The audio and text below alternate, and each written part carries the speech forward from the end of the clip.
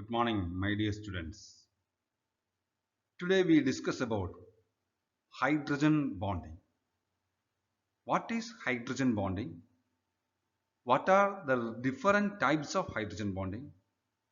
How hydrogen bonding is formed? And what is the importance of hydrogen bonding? These we have to discuss in this session.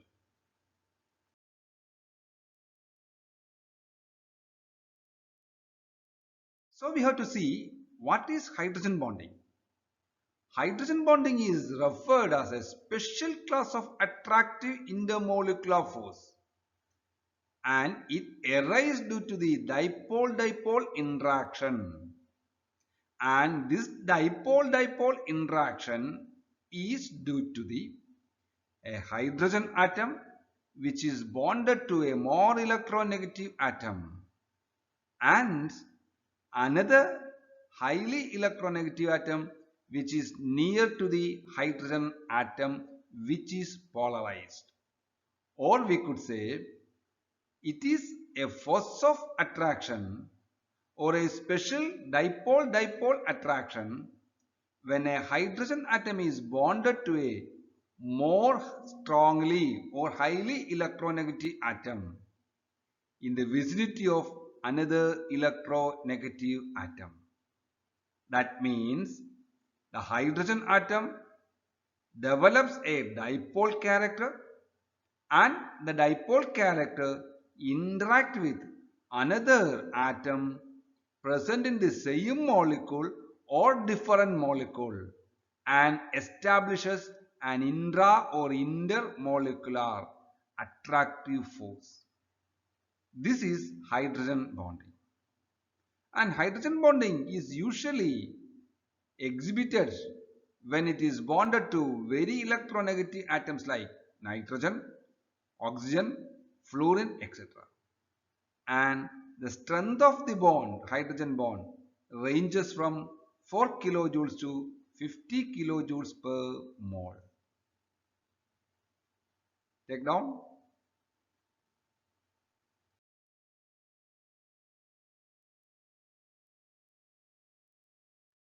Now we have to see what are the conditions for a hydrogen bond to exist or establish.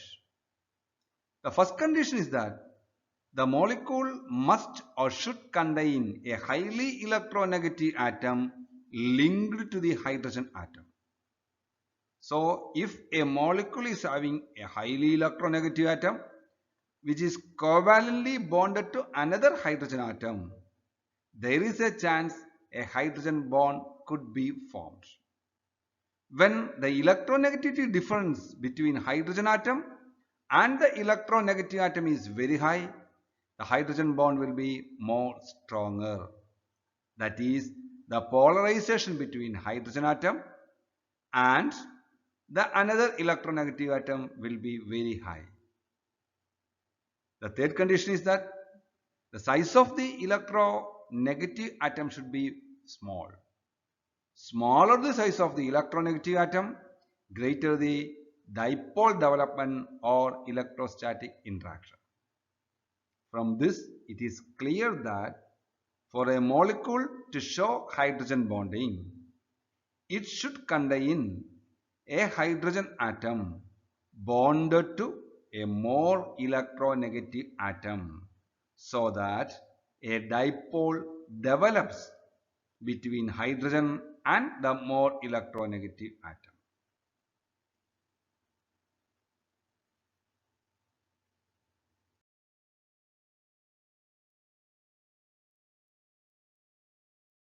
Now we explain hydrogen bonding taking water molecule as an example. See here, this is water molecule. In water molecule, the hydrogen atoms are bonded to oxygen atom, which is a more electronegative atom or a strong electronegative atom. As a result, the oxygen develops a partial negative charge and the hydrogen develops a partial positive charge. This is the case of one molecule of water. When another molecule of water come near to this molecule, see this negative charge or partial negative charge present in the oxygen interact with the partial positive charge of hydrogen present in another molecule of water. Hence, a attractive force exists between the oxygen atom of one water molecule with the hydrogen atom of another molecule.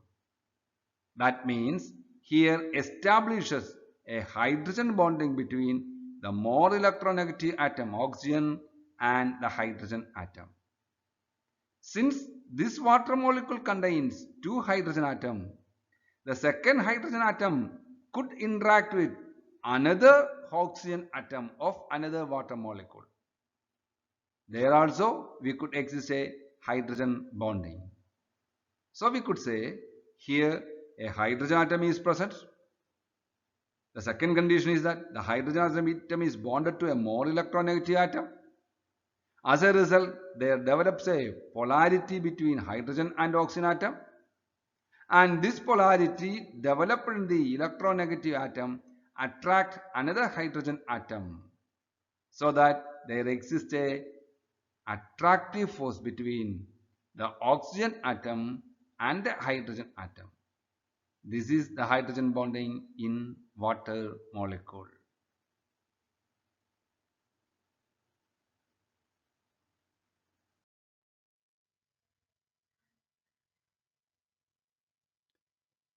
Hydrogen bonding can be of two types. They are intermolecular hydrogen bonding and intramolecular hydrogen bonding.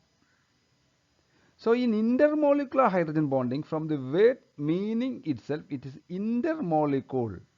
The hydrogen bonding is between two different molecules.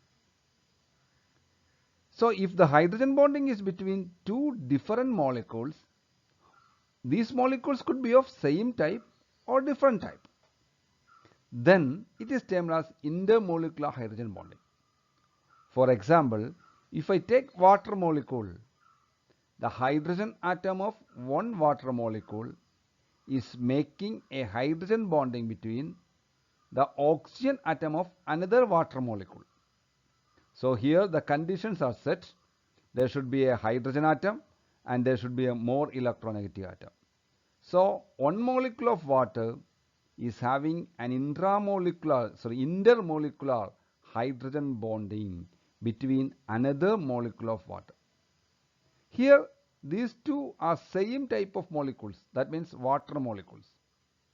If instead of one water molecule, if I am using alcohol, there could be an intermolecular hydrogen bonding between one water molecule and another alcohol molecule.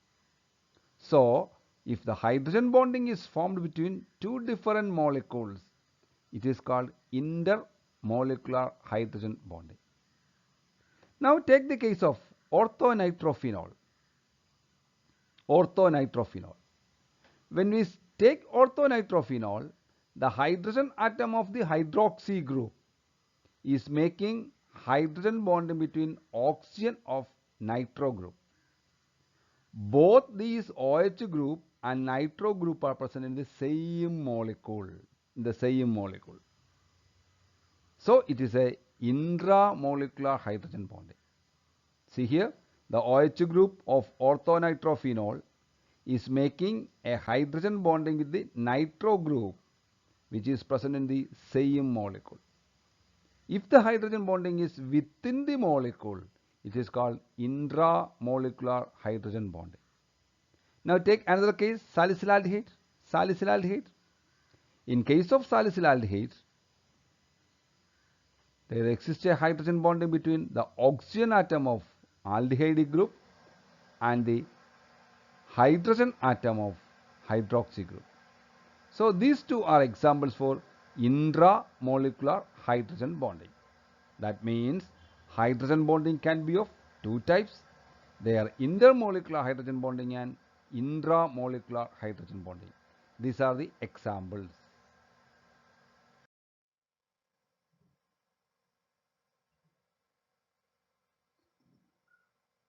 When we consider intermolecular and intramolecular hydrogen bonding, intermolecular bonds are consistently much stronger than intermolecular hydrogen bonding. This is because intermolecular hydrogen bonding is stronger because the elements of the molecule are very close to each other than in intermolecular hydrogen bonding. So, the proximity or the nearness of the hydrogen atom and the more electronegative atom is very close in intramolecular hydrogen bonding. Intermolecular hydrogen bonding is still important because they determine the melting point, the boiling point, density and collection of molecules, etc. Intermolecular hydrogen bonding will bring molecules closer together. Hence, the melting point, the boiling point are usually high compared to intramolecular hydrogen molecule.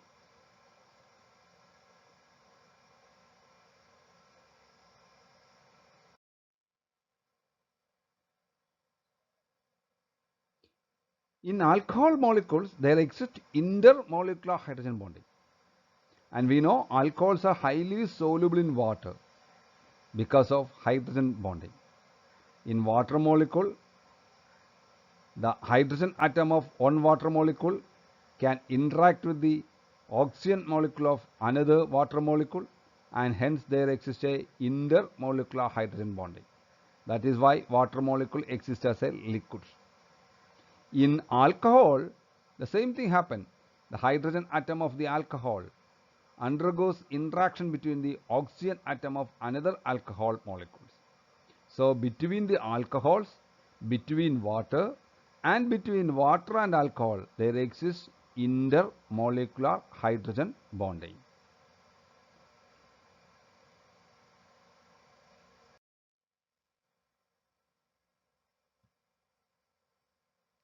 Now see here, I have two molecules. One is orthonitrophenol and another is para-nitrophenol. These two molecules have only difference in their position of OH group. One is orthonitrophenol while another is para-nitrophenol. In orthonitrophenol, we have seen there exists intramolecular hydrogen bonding. But in para-nitrophenol, there exists intermolecular hydrogen bonding. That means here the molecules are associated together. But here the hydrogen bonding is within the molecule. As a result, orthonitrophenol gets into steam. That means it easily gets volatile in presence of steam, while para-nitrophenol does not become volatile in presence of steam because there exists intermolecular hydrogen bonding. So we could say orthonitrophenol is steam volatile while para-nitrophenol is not steam volatile. The reason is that in orthonitrophenol there exists intramolecular hydrogen bonding. As a result, two molecules there does not have any association.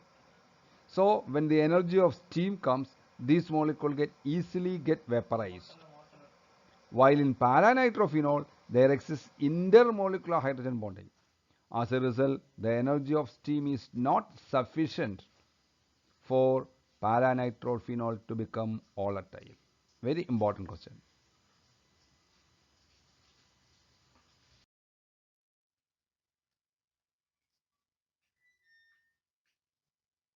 See, here are some molecules. Orthonitrophenol having intramolecular hydrogen bonding. Salicylic acid having intramolecular hydrogen bonding. Salicylaldehyde having intramolecular hydrogen bonding. While this is para-hydroxybenzaldehyde, which is having intermolecular hydrogen bonding. So these are examples of molecules having intra and intermolecular hydrogen bonding.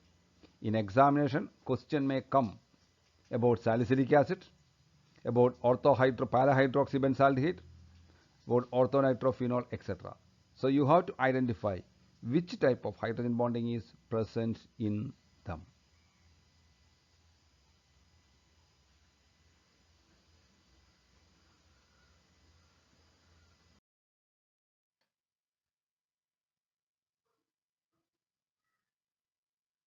See this question.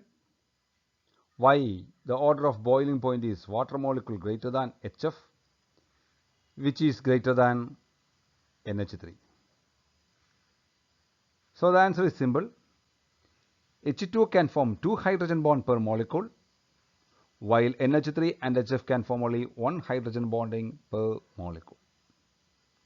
And we know when we take HF and NH3, F is more electronegative than nitrogen.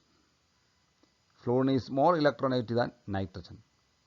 Hence, we could say the attractive force is greater in HF than NH3. That is why the boiling point of H2 is higher than ammonia and HF. Similar question comes. H2 is a liquid, while all the hydrates of same group, sulfur, H2S, H2SC, H2T are gases. The reason is very simple. Because in H2O, the electronegative difference is maximum between oxygen and hydrogen. Hence, there exists strong intermolecular hydrogen bonding. Because of this intermolecular hydrogen bonding, H2O exists as a liquid. While in H2S, H2SC and H2T, the intermolecular hydrogen bonding is not so strong because the electronegativity difference is small. Take down.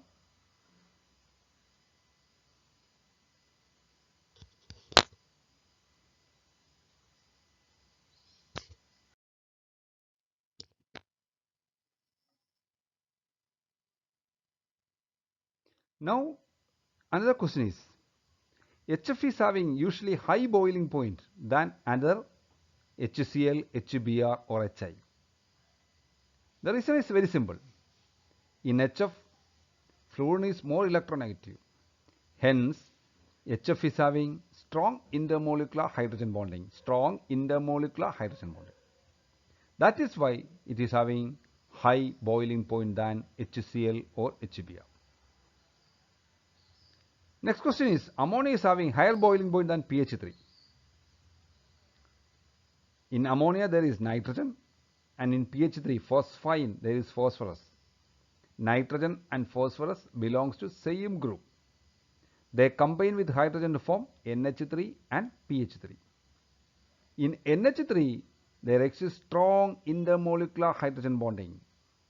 That is why it is having higher boiling point. In pH3 there exists weak intermolecular hydrogen bonding. Now the third question is, ethanol is having higher boiling point than diethyl ether. The reason is very simple. In ethanol there is a OH group. As a result, there exists strong intermolecular hydrogen bonding between ethanol molecules. While in diethyl ether there is no hydrogen bonding.